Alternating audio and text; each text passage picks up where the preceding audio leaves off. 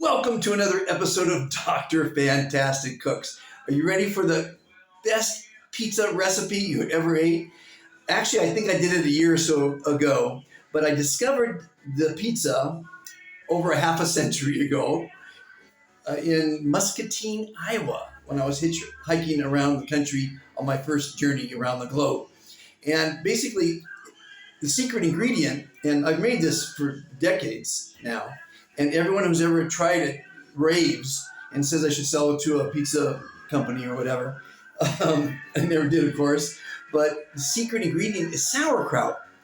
Even if you don't like sauerkraut, it's kick-ass. And what you do is you make your regular pizza, however you like your pizza, but before you put the cheese and the meat on top, put a layer of sauerkraut. You're going to rinse it out, and it gives it a crunch and a tanginess that's fantastic.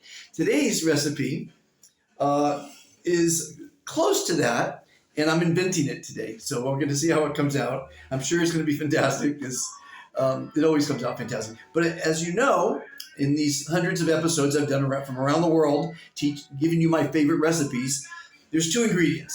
There's three sometimes. You have to have fun. And you have to have a cocktail, because if it doesn't come out, you don't feel so bad. So here's to cooking and having fun. Oh, and pizza is I think this is one of the top 5 foods in the world. So here it is. I'm going to make the dough from scratch. You don't have to you can get one of those pizza doughs. Today I'm being lazy. I bought pizza sauce. Typically I make it from scratch, but I'm being lazy today. Sometimes you got to be lazy. So take your dough, put it down, put a layer of sauce on it. I like a lot of sauce, but don't put too much.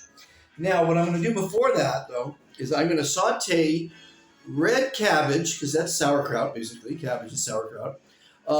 Broccoli, and you can do Brussels sprouts, and red onions. I'm going to saute them all. I'm not going to overcook them, because people overcook them. You want to have a little bit of a crunch to it, a little bit of texture to it. You don't want it mushy.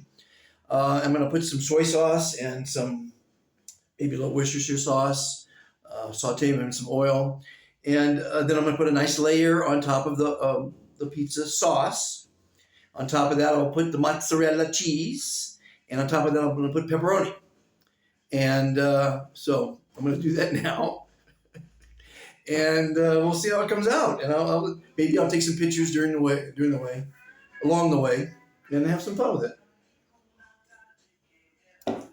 You got to have fun in the kitchen. Bring the wife in, bring the husband in, bring the kids in, bring some strangers in.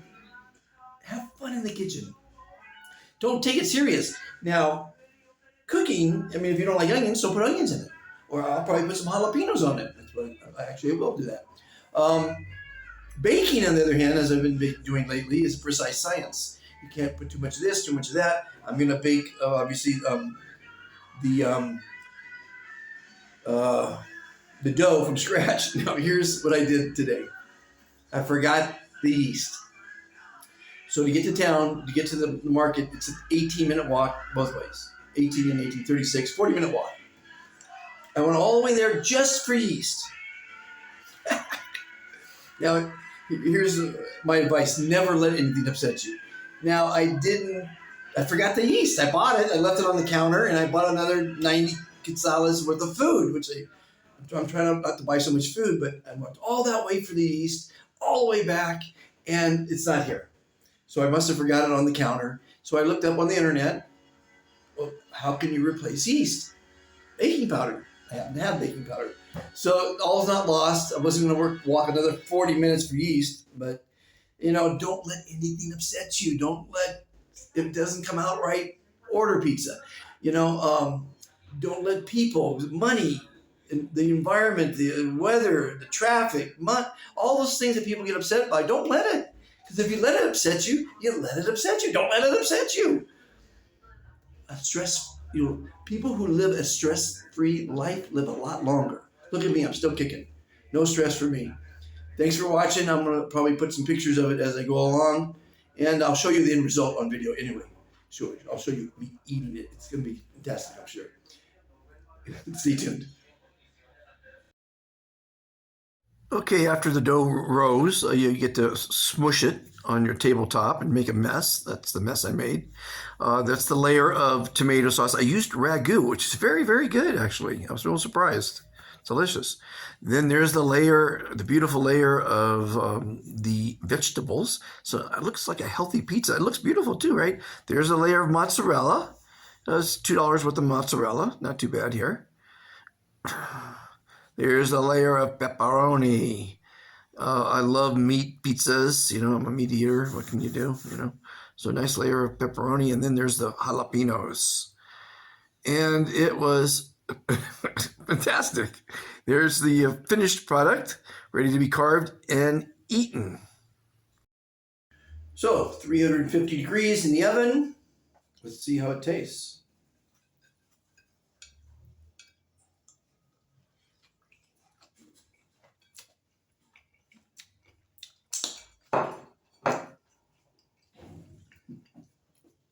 It's got that little crunch, which is good.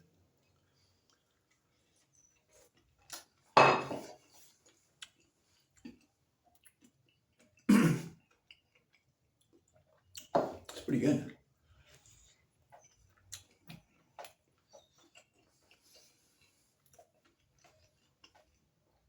I could have baked it a little longer, but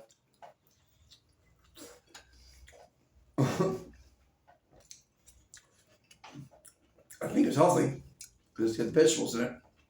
It's delicious. Really is good. Took a little longer though. I hope you enjoyed it. There's many, many more on befantastictoday.com. It's categorized along with my interviews and my Ferris wheel rides and my Fantastic Burger Challenge and my interviews and all kinds of different things. Thanks for watching. Like, subscribe, and share. And if you want me to cook a recipe, put it in the comments and I'll cook it up for you. Show you how to make it. Have a fantastic day, everyone. Thanks for watching. Thanks for watching and have a super fantastic day, weekend, life, month, year, everything.